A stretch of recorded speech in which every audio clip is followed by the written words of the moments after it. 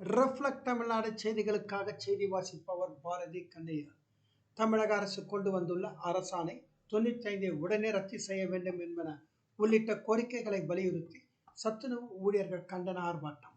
ராணிப்பேட்டை மாவட்டம் முத்துக்கடை பேருந்து நிலையம் அருகில் தமிழ்நாடு சத்துணவு ஊழியர்கள் சங்கத்தின் சார்பாக மாவட்ட தலைவர் செல்வம் தலைமையில் தமிழக முதல்வர் தேர்தல் கால வாக்குறுதியில் கூறப்பட்டுள்ள காலமுறை ஊதியத்தை உடனே நிறைவேற்ற வேண்டும், அதேபோன்று புதியதாக வந்துள்ள அரசாணை எண் 95 ரத்து செய்ய வேண்டும் என்பன உள்ளிட்ட தமிழக முதல்வரின் தேர்தல் கால வாக்குறுதிகளை உடனடியாக நடைமுறைக்கு கொண்டு வர வேண்டும் என தெரிவித்து சத்துணவு ஊழியர்கள் தமிழக அரசுக்கு எதிராக பல்வேறு கண்டன முழக்கங்களை வெளிப்படுத்தி ஆர்ப்பாட்டத்தில் ஈடுபட்டனர்.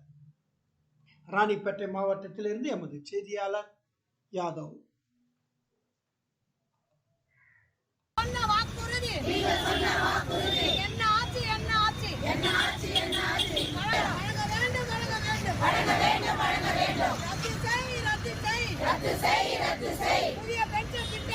புதிய பென்ஷன் திட்டத்தை ரத்து செய்.